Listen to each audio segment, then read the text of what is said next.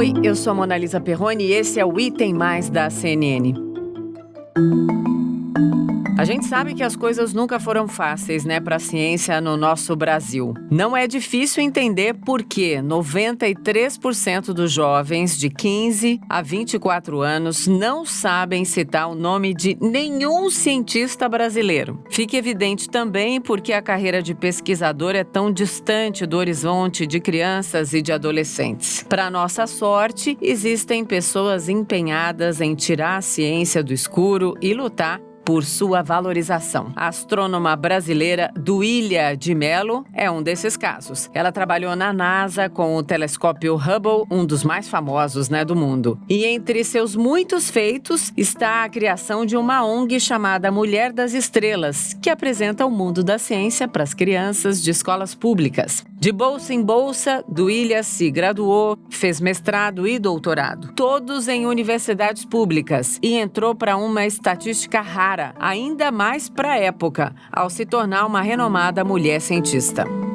Atualmente, Duília ainda é pesquisadora associada à NASA, além de professora e vice-reitora da Universidade Católica Americana em Washington, onde ensina astronomia. Não preciso nem dizer, que é uma honra receber Duília como nossa entrevistada aqui no Item Mais.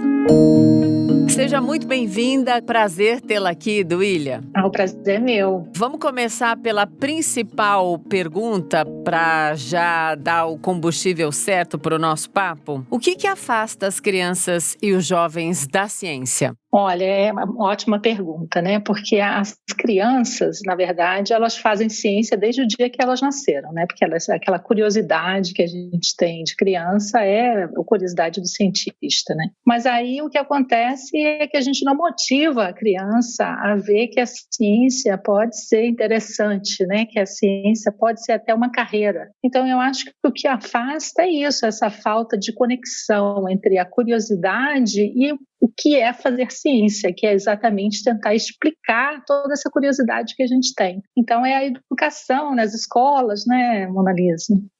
Quando a gente olha para a qualidade da educação pública nas escolas brasileiras, aí realmente pensar na ciência é um horizonte que não está nem no radar, porque, infelizmente, as crianças e os adolescentes, muitos saem das escolas públicas brasileiras lendo, mas sem entender o que leu e sem conseguir fazer contas básicas de matemática, Duília? A realidade brasileira é muito cruel. Na verdade, nós temos que dar uma modernizada no ensino, Isso não é nem só no Brasil, mas no mundo todo. Eu acho que a gente ainda usa a tecnologia do século XIX, não é nem do século XX. Sim, concordo. Do século XIX na sala de aula, E aí a gente não mantém aquela atenção que o jovem ou a criança, deveria dar ao que está sendo ensinado, Então também tem isso. Eu acho que não é só é uma falta mesmo de visão do educador, de tentar modernizar o ensino.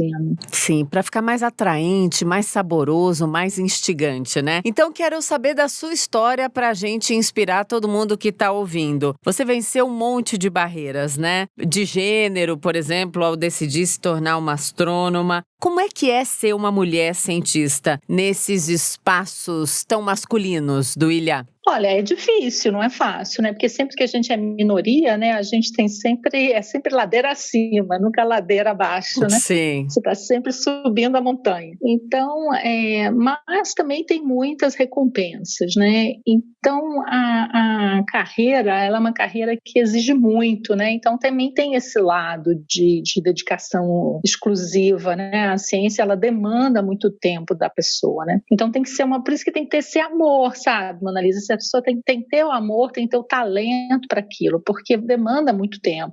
É um sacerdócio, Todo mundo que me perguntou como eu aguentei esse ano no jornalismo, diante da pandemia, trabalhando direto, sem pausa, sendo questionada pelas informações, porque jornalista virou porta-voz só de desgraça esse ano, é o amor à profissão, porque senão a gente não aguenta. Acredito que a mulher cientista tem o mesmo desafio, Uma preparação constante E com uma reiteração constante daquele primeiro amor que nos colocou nessa atuação, né? Exatamente. E sempre tentar lembrar disso, entendeu? Porque às vezes a gente vai ficando meio amargurado da vida, né? Então a gente tem que se lembrar do motivo, tem que ter, assim, aquelas coisas que a gente faz, lembrar das coisas que a gente já fez, né? E também não ter vergonha também de se autovalorizar, porque a mulher tem muito isso, né? A gente não se valoriza e não valoriza a própria mulher, né? Então, acho que eu, por exemplo, passei por um momento na minha carreira que foi um momento que me mostrou novamente o meu amor pela astronomia, porque eu virei cientista, né? Que foi quando eu descobri a supernova, que eu já estava amargurada da vida, porque eu tinha feito doutorado, né? E é sempre muito cansativo toda a dedicação, então já tinha esquecido aquele motivo da menina curiosa que queria ser cientista, né? Então, acho que cada um, até você também, Mona Lisa, tem que ter esses momentos que você fala assim, uau, é por isso que eu sou jornalista, por isso que eu sou cientista. Sim. Gostei, meu Deus, esse papo foi marcado pelas estrelas para dar uma troca aqui de energia entre as mulheres. Mas eu quero entender mais e quero que você toque o coração também e a cabeça, claro, de quem está nos ouvindo, falando sobre a associação, né? Você criou uma associação de divulgação científica, a Mulher das Estrelas. Amei esse nome, Duília, que é para ajudar, né, as crianças a se descobrirem cientistas. Então vamos lá, fala dessa associação. Então, a associação, ela é, digamos assim, informal, né, porque ela nunca saiu assim do papel, burocraticamente falando. Ela existe, mas ela é informal. Então, é realmente para deixar claro para a menina que se a ciência for algo que ela queira fazer, que ela pode fazer, que ela não precisa ser gênio, que ela não precisa ter medo, né? Que ela precisa ter resiliência, né? Porque é difícil, vai ter muita pedra no caminho, como tudo, né? Mas que sim, é uma são carreiras palpáveis, né? E até parar com essa coisa das carreiras tão tradicionais, né? Não todo mundo precisa fazer sempre as mesmas coisas, Sim. sempre as mesmas carreiras, né? Tem carreiras lindas, né? Imagina você ser paleontóloga, né? Que coisa mais linda, Exato. Imagina você ser especialista em alguma coisa que ninguém faz, olha que maravilhoso que seria, né? Então, eu sou astrofísica extragaláctica, olha só que fantástico. Fala, né? de novo, devagarzinho, que eu vou tentar repetir, vai lá. Astrofísica extragaláctica. Deixa eu tentar. Astrofísica extragaláctica. Isso. Então, o extragaláctica quer dizer que eu estudo outras galáxias que não sejam a Via Láctea. E a astrofísica é que eu estudo as propriedades dessas galáxias que não são a Via Láctea, né? Então, eu estudo a evolução das galáxias. Então, imagina você se especializar num assunto assim que você vira, digamos, a bambambam daquilo. Isso aí é ser cientista, né? Você vira um especialista de um assunto que vira o seu assunto, né? Então, mostrar para a menina isso, e é isso que a Associação Mulher das Estrelas faz. Eu vou nas escolas, eu vou nas ONGs, e eu converso com elas, eu levo os meus meteoritos para todos brincarem. Maravilhoso. Falo com os meninos também, porque eu acho que os meninos precisam se sensibilizar também com as meninas, e deixar as meninas fazerem o que elas queiram fazer. Sim. Então, acho assim super importante conversar com os meninos também. Então, eu levo meus meteoritos para todos brincarem, conhecerem um pedacinho dessas pedras espaciais, e eles adoram, e assim tem sido muito enriquecedor fazer isso. Eu já falei para mais de 30 mil crianças, que Mona Lisa, nos últimos 4 anos. Tem sido legal. Alguma delas você sentiu que a semente floresceu? Pois é, ainda tem 4 anos, né? Mas eu já faço divulgação científica há muito tempo, né? Eu escrevi um livro em 2009. Então, esse livro, que é um livro que chama Vivendo com as Estrelas, esse livro, muitas crianças e jovens na época começaram a ler. E hoje eu já vejo as meninas que já são moças, que já estão fazendo doutorado em astronomia. Então, eu já vejo... Demais! Sim, muitas. E não são assim uma, duas, não, são dezenas. Então muitas já foram inspiradas, e meninos também inspirados pelo livro. Então eu vejo resultado, vejo sim. Sim, então no seu livro, e acredito que esse deva ser o seu jeito, você traduz a ciência, não sei se o melhor verbo é esse, traduzir, mas você transforma ali os termos científicos em algo mais acessível, instigante e interessante, é isso? É isso mesmo, né? Eu tento sempre explicar conceitos complexos em uma linguagem simples, né? Uhum. Não é muito fácil de fazer. Dá um exemplo. Por exemplo, sobre os buracos negros, as ondas gravitacionais, né? E tentar explicar o que é isso, né? O que é um buraco negro? O buraco negro não tem tamanho e a luz não sai? Como que é isso, né? Então, tentando explicar que um buraco negro é o resultado da explosão de uma estrela. Então, é o finalzinho da vida de uma estrela. Se ela for muito, muito grande, ela pode virar um buraco negro. Então, o que sobrou da estrela é um negocinho tão pequeno que ele não tem dimensão. E a própria luz não sai de dentro dele. Então, tentando assim explicar de uma forma genuína até, né? De colocar em linguagem simples conceitos tão difíceis, né? Acabei de aprender o que é buraco negro depois de 28 anos de jornalismo. Olha só que maravilha! Maravilhoso. Total, faz toda a diferença. O jeito que fala ainda, eu olho para o céu, mas quando eu preciso ouvir meu coração, né? Ou colocar minha cabeça para decidir de um jeito mais racional. O céu e as decisões importantes da minha vida, eles estão sempre ali juntos. Especialmente à noite, quando a lua tá mais brilhosa. Em São Paulo é um desafio enorme a gente poder ver a lua, né? Claro, as estrelas é mais difícil ainda. E do jeito que você falou, pronto, captei ali, e isso me dá, talvez vai dar um tempo a mais de reflexão todas as vezes que eu precisar tomar decisões. Por que a gente olha para o céu para tomar decisão? Você conhece muita gente que faz isso? Conheço, eu acho que a gente se reflete olhando o infinito, né? Olhando porque aquela impressão quando a gente olha para o céu, né? De que tem coisas tão distantes, né? Não sei se você chega a pensar como eu, né? Que a luz saiu de lá milhões e milhões de anos para chegar aqui, né? Não tenho essa sofisticação de pensamento, mas tentarei na próxima. Por isso, você acha que a gente precisa, então, se inspirar? É isso, a gente está ali num momento de perplexidade, aí a gente olha para o céu. Acho que sim, acho que inclusive a astronomia, a gente fala que é a ciência mais antiga de todas, né? Porque ela surgiu conosco, nós saímos das cavernas, nós morávamos nas cavernas, nós íamos lá fora e olhávamos para o céu e perguntavam: o que é esse bando de luzinha no céu? Então, já é desde essa curiosidade do céu mesmo, de ver o céu, de tentar entender o que são essas luzinhas, né? E o que é a lua, o que é o sol, né? Por que não tem lua quando tem sol, não tem estrela? Como é que é isso? Né? Tentar entender as fases da lua. Você imagina que feito que não foi quando a gente, como sociedade, né, descobriu como é que tinha a fase da lua. Olha que fantástico. Fantástico também é quando eu fui entender aí os grandes momentos da sua carreira, quer dizer, momentos aqui para nós, né, para quando a gente vai fazer aí a lição de casa sobre o seu trabalho. Você trabalhou na NASA, né, Duília, com o telescópio Hubble, um dos mais famosos, né, do mundo. Então, eu queria que você contasse pra gente, aí nesses estudos todos, o que ele nos ensinou sobre o universo, o que você aprendeu que acha importante passar para quem nos ouve.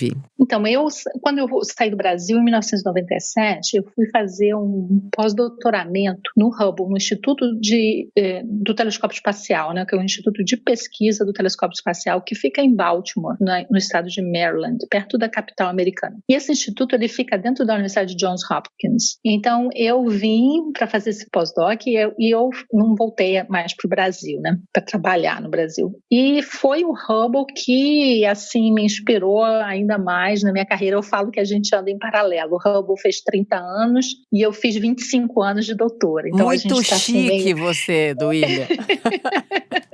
A gente está meio em paralelo.